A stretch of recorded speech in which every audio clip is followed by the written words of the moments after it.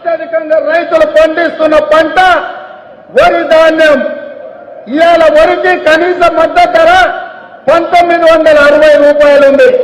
కానీ కేసీఆర్ చేతిలో రైతులు మోసానికి గురై ఇవాళ దళారులు మిల్లర్లు 1200కు 1400 కొడుతుండ్రు.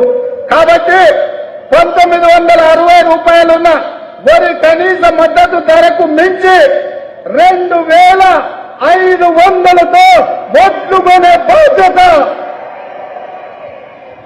2000. ఏమన్నాడు?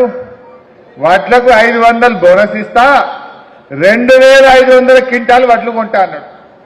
ఇంకా ఒక అడుగు ముందుకేసి, అప్పుడు వానకాలం ఉండే, వానకాలం పట్టొస్తుంది, వడ్లు అమ్మడం ఆపుండ్రి, ఇక మేము రాగానే 500 బోనస్ ఇచ్చి వడ్లు కొంటా అన్నాడు.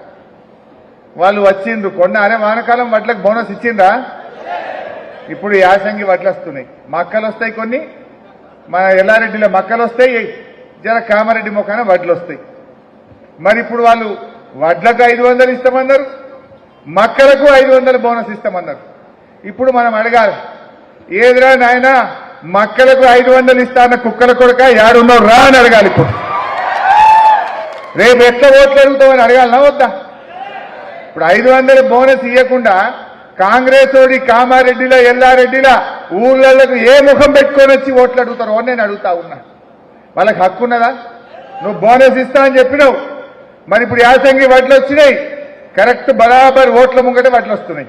ఇక 15 రోజులు అయితే వడ్లు వస్తాయి. పోలింగ్ అయితే మే 13 తారీఖు. ఇక మనము ఈ కాంగ్రెస్ వాళ్ళు ఎవరి ఊర్లోకి వచ్చినా ఈ వీడియో చూపించాలి. ఇవి ఎవరు ఇస్తారు చెప్పురు, ఈ బోనస్ సంగతి చెప్పురు. బోనస్ ఇచ్చింది గప్పుడు మా ఊళ్ళోకి వచ్చి ఓట్లు అడుగుండి అని చెప్పి గ్రామాల్లో మీరు మంచిగా రైతులతో చర్చ పెట్టండి. ఈ కాంగ్రెస్ పార్టీ